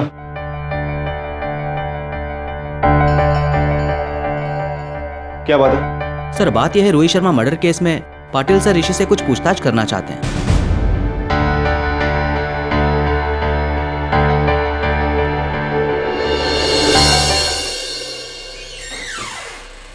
सर, टेलीफोन कंपनी से ऋषि यादव के कॉल के रिकॉर्ड्स आ गए हैं। ओके। पिछले 2 दिन से इसका फोन बंद आ रहा है और इसका आखिरी नोन लोकेशन अंधेरी ईस्ट दिखा रहा है। और इसने आखिरी 2 कॉल्स एक ही नंबर पे किए। इससे पहले भी उसने कई बार इस नंबर पे कॉल किया है। पता करो कि ये नंबर किसका है। देशमुख ये नंबर लो और इसके कॉल डिटेल्स निकालो। जी सर। पाटिल, जादव बाबू आप ऋषि को तुमने क्वेश्चनिंग के लिए बुलाया, क्या सबूत है उसके खिलाफ? जादव बाबू, ऋषि पिछले 3 दिनों से गायब है और आपने अभी तक उसकी मिसिंग रिपोर्ट तक नहीं लिखाई। तुम ऋषि को इतनी अच्छी तरह से नहीं जानते। 3-4 दिन दोस्तों के घर रहना उसके लिए तो आम बात है। लेकिन हर बार जब वो घर से बाहर रहा है, उसके घर की छत के ऊपर लाश भी तो नहीं मिली। और इस बार ऋषि के खिलाफ मरने वाली लड़की की बहन ने स्टेटमेंट भी दर्ज किया है। देखो जादव, मैं समझ सकता हूं कि तुम एक इंस्पेक्टर होने के साथ साथ एक पिता भी हो। और इस केस की तहकीकात के दौरान मैं सिर्फ इतना जानना चाहता हूं कि मेरी मुलाकात एक पिता से होगी या फिर इंस्पेक्टर प्रणव जाधव से।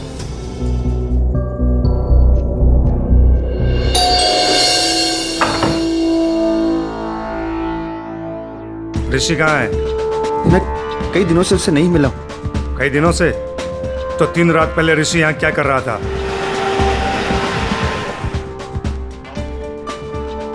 ऋषि के लोकेशन का पता चल गया? ठीक है, मैं भी पहुंचता हूँ। ए गावकर, चल। हम लोग? चल, आ चल। कहाँ? चल पुलिस स्टेशन, सब पता चल जाएगा। चल पुलिस स्टेशन। पापा को पता है कि तुम लोग मुझे लेने आए हो? हाँ चल, तुझे पता चल जाएगा।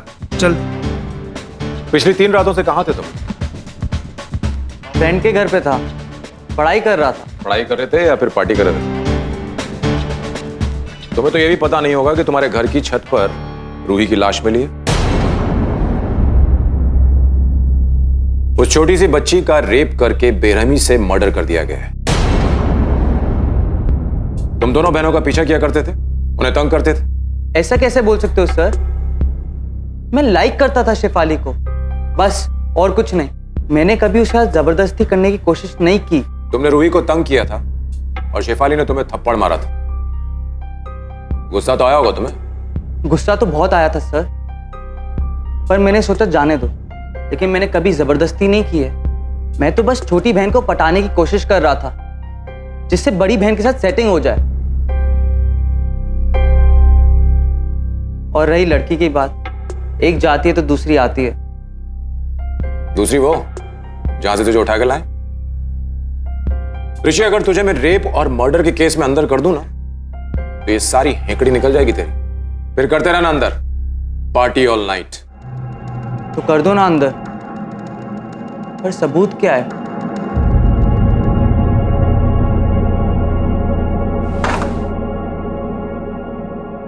किधर जा रहे तू? हाँ, एक फोन करने को नहीं होता? अरे आई, तू टेंशन क्यों लेती है? मैं छोटा बच्चा नहीं हूँ। अच्छा, मुझे बहुत तेज भूख लग रही है, कुछ खाने को बना दे प्लीज।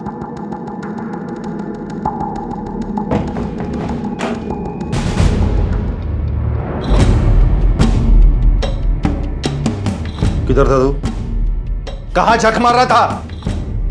पुलिस स्टेशन में था। आपके अजय साहब ने रोक के रखा था। पता है मुझे, मेरी गलती है जो तुझे इतनी छूट दे के रखी है। ये दिन तो देखना ही था। मुझे परवाह नहीं है अजय के सामने तुमने क्या बोला है। देख, जो भी है मुझे सच सच बता दे। बोला तो था मैं फ्रेंड के घर पे हूं। अगर यकीन नहीं आता तो आप आदित्य से कॉल करके बात कर लीजिए। सच बता, उस लड़की के साथ तूने क्या किया है? आपको खुद के बेटे पे यकीन नहीं है?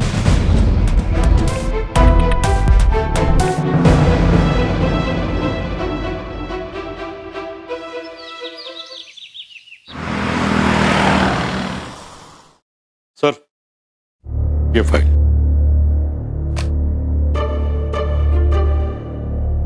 एक काम करो, इन 5 लोगों के अंदर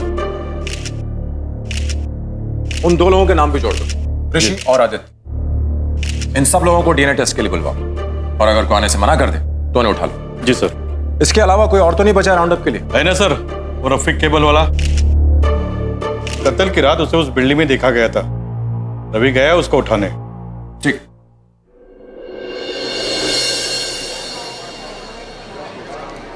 बिल्डिंग नंबर 17 में केबल कनेक्शन ठीक किया क्या? अरे हाँ रे, करके आया ना। ये देख, सेट ऑफ बॉक्स रिप्लेस किया। हाँ तो ठीक कर देना।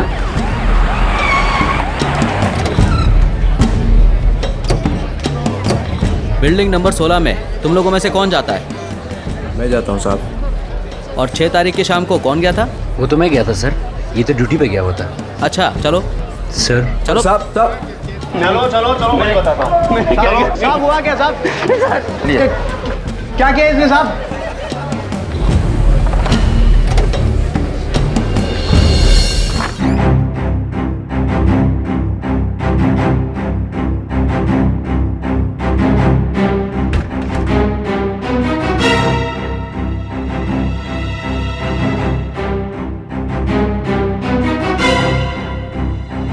इंट्रोगेशन में तो फेल हो गया।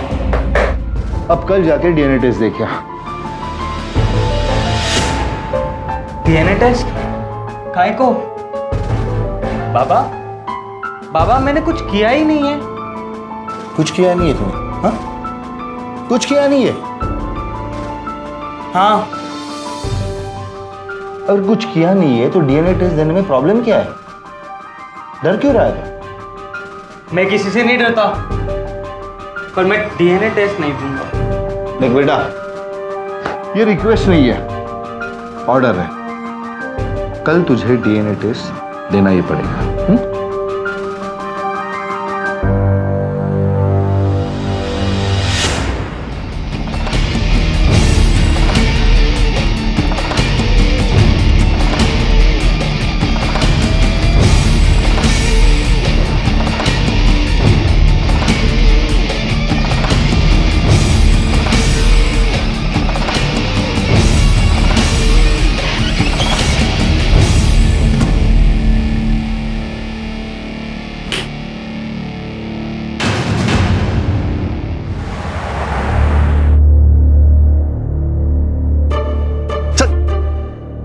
राव, उसको अंदर डाल।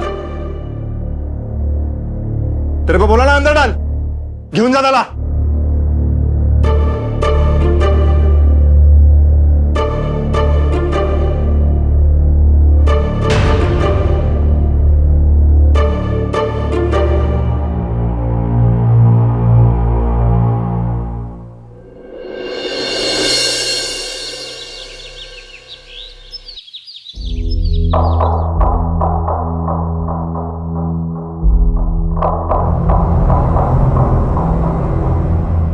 साले क्या किया तूने?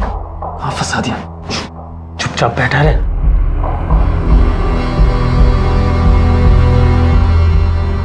नेक्स्ट।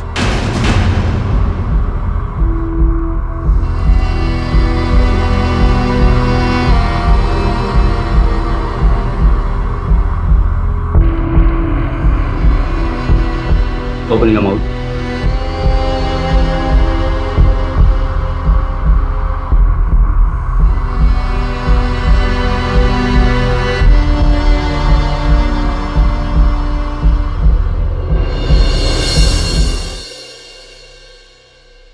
साहब साहब साहब क्या है?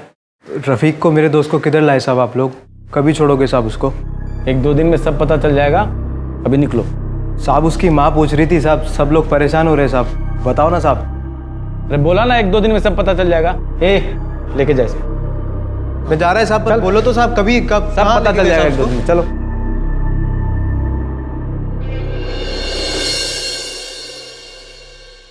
सर, ये ऋषि यादव की ब्लड रिपोर्ट्स है।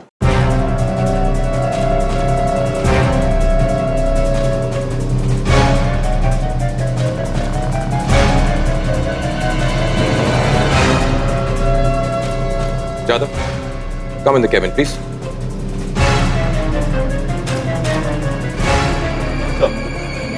यादव, सारी डीएनए रिपोर्ट्स आ चुकी हैं, पर अनफॉर्चुनेटली किसी का भी प्रोफाइल हत्यारे से मैच नहीं करता है। तुम्हारे बेटे को हम जाने देंगे, पर तुम्हारे बेटे की ब्लड रिपोर्ट में ड्रग्स पाई गई हैं। मुझे लगा तुम देखना चाहोगे।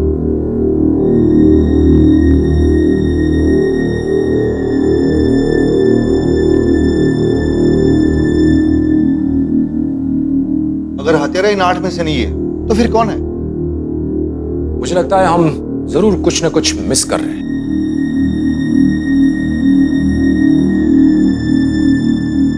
डीएनए टेस्ट के नतीजों से केस सुलझने की बजाय और उलझता गया। सभी सस्पेक्ट्स में से किसी का भी डीएनए लाश पर पाए गए डीएनए से मैच नहीं हो पाया। लेकिन इंस्पेक्टर जादव के सामने ऋषि का एक नया चेहरा आया। ऋषि एक ड्रग एडिक्ट था और शायद इसी वजह से वो टेस्ट नहीं देना चाह रहा था। बहरहाल इस केस को लेकर पुलिस की सारी इन्वेस्टिगेशंस अपनी चरम सीमा पर पहुंच गई थी और कातिल अब भी आजाद था और आगे जो होने वाला था वो पूरे इलाके को झकझोर कर रख देने वाला था।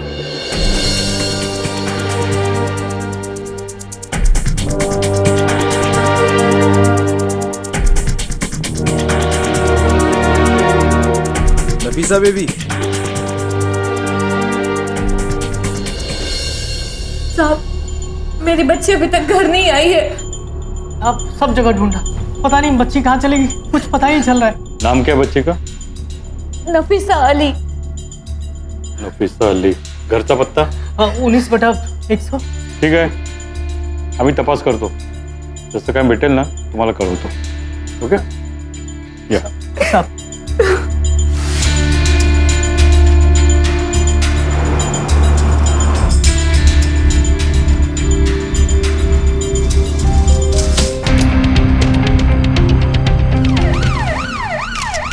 क्या रे, ये कैसा हुआ? साहब मुझे कुछ पता नहीं साहब. तू कहाँ गया था? मैं 1 महीने से मुंबई में था ही नहीं, हैदराबाद गया था. अच्छा, ये खोली मेरी है साहब, 2 महीने से बंद है. मैं भाड़ेदार ढूंढने की कोशिश की साहब, लेकिन कोई भाड़ेदार मुझे मिला ही नहीं.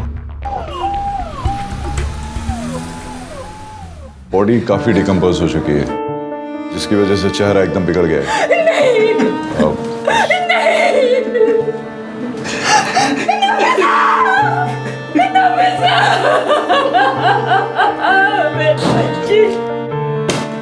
लाश जहां मिली है वहां ऐसा हो ही नहीं सकता कि बच्ची को किसी ने देखा ना हो. तुम एक काम करो, बच्ची का फोटो लो और 4-5 किलोमीटर के रेडियस में सबसे पूछताछ करो, सबसे. Okay sir.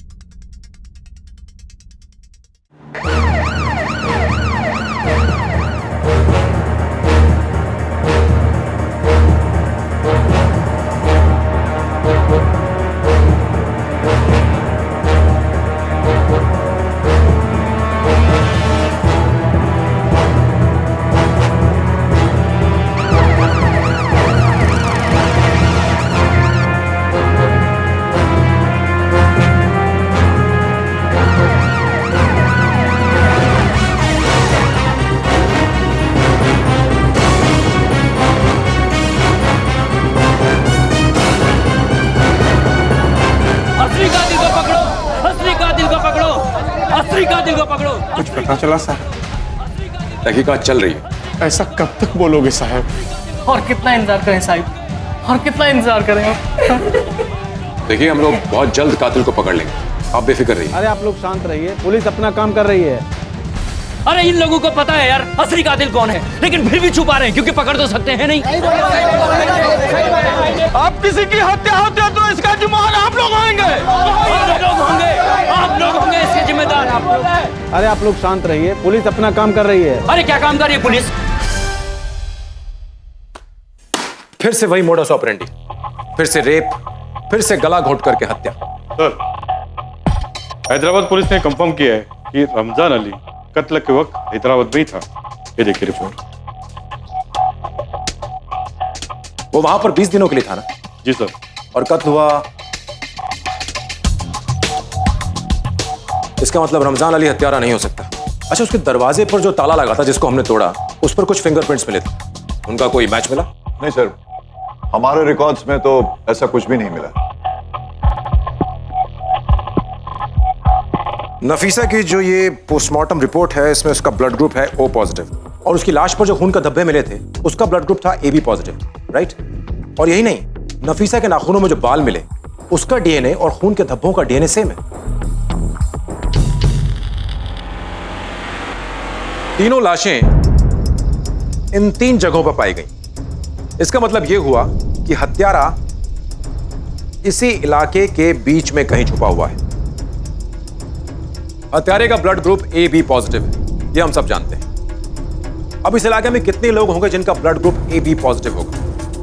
उन सब लोगों को राउंड अप करो और उनमें से कातिल को छांटने के लिए उनका DNA टेस्ट करवाओ, सबका।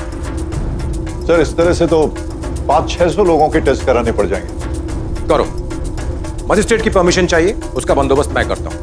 हर घर में जाओ और 15 साल से बड़ी उम्र के हर आदमी का ब्लड टेस्ट करो, हर एक आदमी का। Okay sir. पुलिस के सामने इस वक्त एक असाधारण चुनौती थी।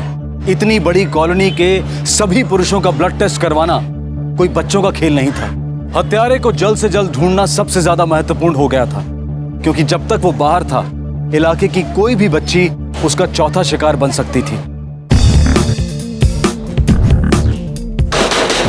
अरे कोई है? अरे ब्लड टेस्ट करना है।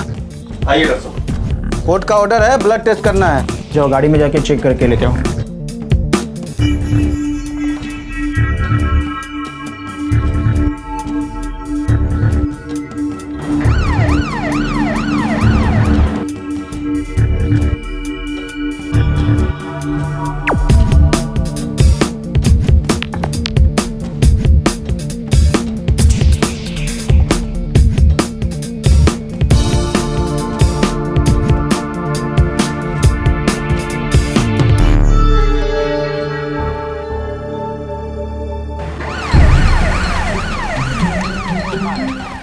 ए, सलीम तेरा नाम है ना? चल, बड़े साहब ने बुलाया। चल टेस्ट करना है तुम्हारा। चलो बैठो गाड़ी में। क्या साहब? चल चलो साहब, पर मैंने किया क्या? चलो बैठो, चलो। अरे कितनी देर से बैठा के लगा है, मुझे तो घंटा ला रहा है। अरे हाँ रे, मेरे को भी घंटा ला रहा है। इन लोग का ऐसा ही है। पिछली बार मेरे दोस्त को उठा के लाए थे, इस बार मेरे को उठा लिया। चलो।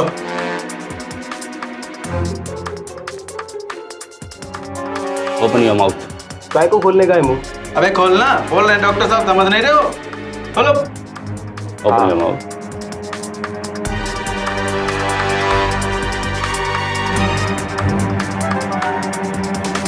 जाने दो यार, जाने दो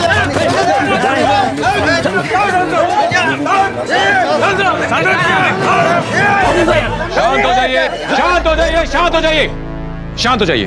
हमको क्यों शांत करा रहे हो साईं? उन्हीं लोगों को तो आपने छोड़ दिया और हम गरीबों को आप पकड़ रहे हो। ये अच्छी बात नहीं है। देखिए, ऐसा कुछ भी नहीं है, ये सिर्फ एक छोटी सी फॉर्मेलिटी है। इन लोगों को आज ही छोड़ दिया जाएगा, और ये सब हम दरअसल असली अपराधी को पकड़ने के लिए कर रहे हैं। विश्वास कीजिए, हम सब आपके साथ ही हैं, इसलिए प्लीज शांति बनाए रखिए। लोगों के धैर्य का पारा चढ़ता जा रहा था। एसीपी वसंत कांबले को लगभग हर रोज लोगों को दिलासा देने के लिए आना पड़ रहा था। सर, आपने मुझे बुलाया sir? Ajay, we need to control this. I don't want this to be blown out of proportion. सारे सस्पेक्ट्स को डीएनए टेस्ट के बाद जाने दो और उन पर नजर रखो। Okay sir. पुलिस पर प्रेशर बढ़ता ही जा रहा था, पर लोगों का भी डरना जायज था। हत्यारा अब भी आजाद था और अगला शिकार कोई भी हो सकता था।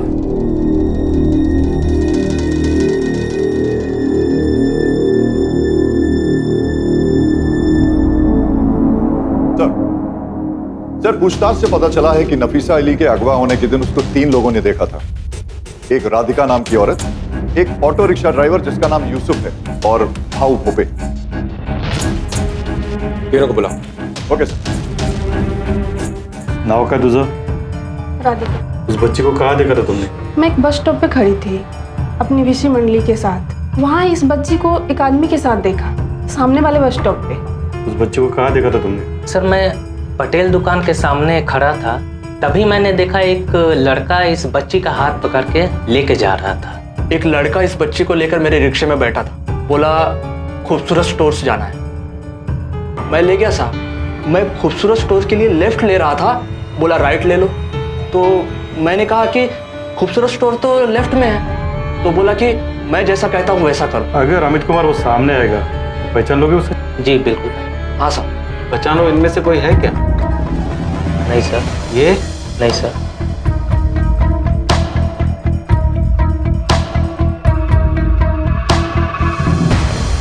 ये? एक मिनट। सर पीछे कीजिए। सर पीछे पीछे पीछे लो, पीछे लो।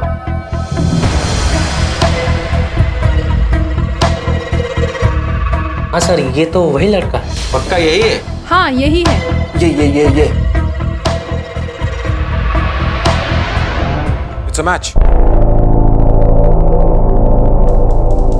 DNA is matching. Yes sir. कातिल का पता चल गया अजय। मुझे ये आदमी आज हर हाल में चाहिए। सर, मैं अपनी एक टीम लेकर निकलता हूं।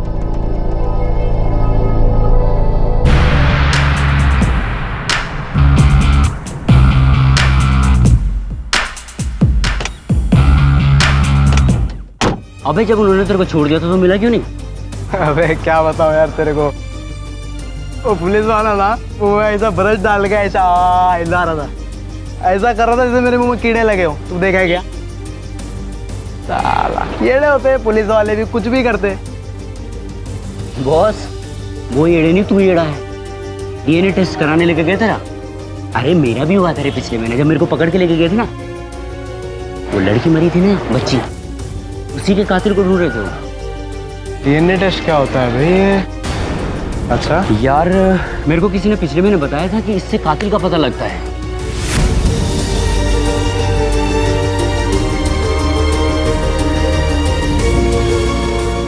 क्या हुआ?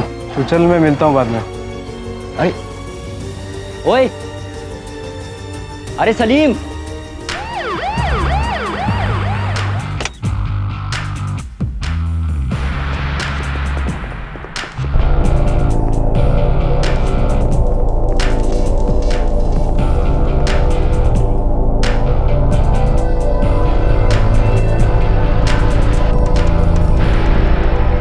सलीम, ए रुक रुक रुक।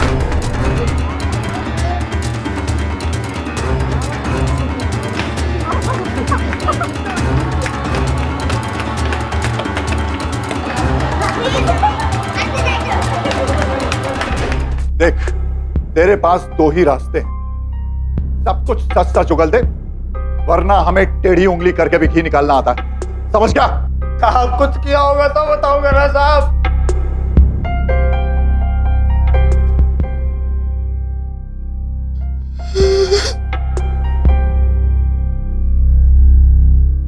सर, मैंने काफी कोशिश की लेकिन वो मुंह नहीं खोल रहा है। जुर्म तो इसने किया है और इसका मुंह खुलवाना भी बहुत जरूरी है। एक काम करो, तुम इसके घर जाकर तलाशी लो। Okay sir.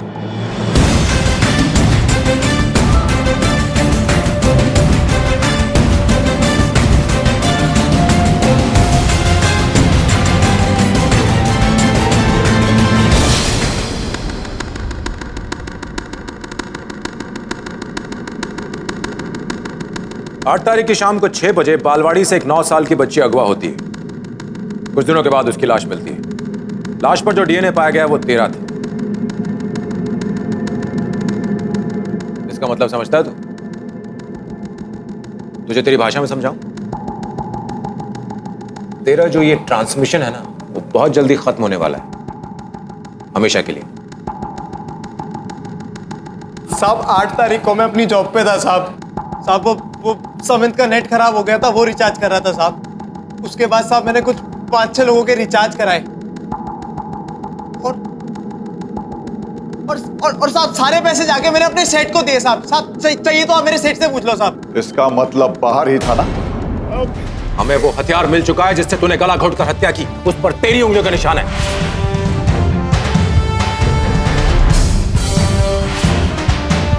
जिस खोली में तूने लड़की की लाश छुपाई उस पर लगे ताले पर भी तेरी ही उंगलियों का निशान है। उसके अलावा तेरे खून से सने जो कपड़े मिले हैं उस पर खून नफीसा का है जो कि तेरे घर से मिला है। उसके अलावा हमारे पास 3 चश्मदीद गवाह हैं जिन्होंने तुझे उस रात नफीसा के साथ देखा था। इसी तेरी भलाई इसी में है कि तू सब कुछ सच सच बता दे, नहीं तो 3 कत्ल के इल्जाम में तुझे फांसी की सजा से कोई नहीं बचा पाएगा।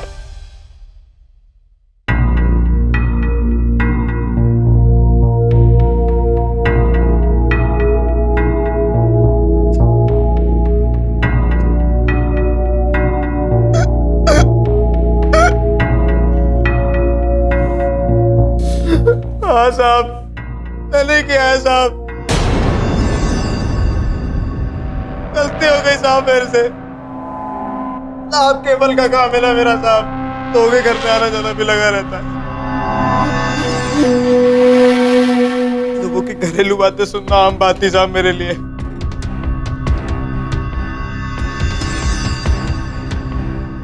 नफीसा के घर भी जाया करता था साहब मैं। अम्मी, आप ना मुझे वो नई जरी वाली सलवार सूट लेके दोगी? कौन सी वाली? अरे वही जो मैं खूबसूरत स्टोर में देखी थी कल। अरे पहले तेरा रिजल्ट तो आने दे। केबल वाले भैया, हुआ कि नहीं आपका अभी तक? जी ये चल गया, आप चेक कर लो। आजकल केबल का बहुत कंप्लेंट आ रहा है आपके यहाँ से। बस ये आखिरी बार था, अब कुछ नहीं होगा, अब आप चेक करो।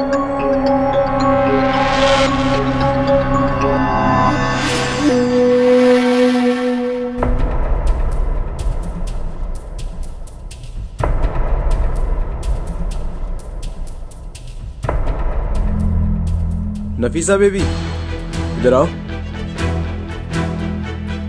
यहाँ पास में ना एक खूबसूरत स्टोर है, तुम्हें वो जरी वाला सूट चाहिए था ना? हाँ मुझे चाहिए। आओ मैं दिलाता हूँ, आओ। फिर क्या किया तूने? एक दिन साहब मैं उसको रिक्शे में बिठाकर एक खोली में ले गया। सलीम ने पहली 2 लड़कियों के कत्ल का इल्जाम कबूल नहीं किया, शायद इस उम्मीद में कि उसे सजा कम मिलेगी। पहले 2 केसेस में सबूत कम होने की वजह से वो केसेस अभी भी ओपन हैं। हालांकि सलीम के अरेस्ट के बाद इस इलाके में बच्चियों के शोषण और हत्या की कोई वारदात सामने नहीं आई। मुंबई की एक स्पेशल विमेन कोर्ट ने सलीम को नफीसा अली के मर्डर के लिए आईपीसी की धारा 364 के तहत किडनैपिंग के लिए, धारा 376 सबसेक्शन 2 के तहत बलात्कार के लिए और धारा 302 के तहत हत्या के लिए दोषी पाया है। सलीम को उम्र कैद की सजा सुनाई गई है। कुछ लोग ऐसे होते हैं जो हमारे घर के सदस्य नहीं होते, लेकिन फिर भी उनका हमारे घर में आना जाना लगा रहता है। सलीम एक केबल वाला था जो नफीसा के घर में आता जाता रहता था, पर उस पर कभी किसी ने गौर भी नहीं किया। उसने घर की अंदरूनी बातों को सुनकर उन्हीं बातों को अपने फायदे के लिए इस्तेमाल किया और एक घिनौने अपराध को अंजाम दिया। अपने बच्चों को छूट देना अच्छी बात है, लेकिन इस केस के विविध पात्रों से एक बात साफ है, बच्चों के बारे में खबर रखना, उन्हें सही सीख देना और सचेत रखना अपने बच्चों और घर की सुरक्षा के लिए अनिवार्य है। इसी विचार के साथ मैं अनूप सोनी आपसे विदा लेता हूं। फिर मुलाकात होगी अगले एपिसोड में और खुलासा करेंगे एक और जुर्म का। तब तक अपना और अपने परिवार का ख्याल रखें और देखते रहें क्राइम पेट्रोल डायल 100।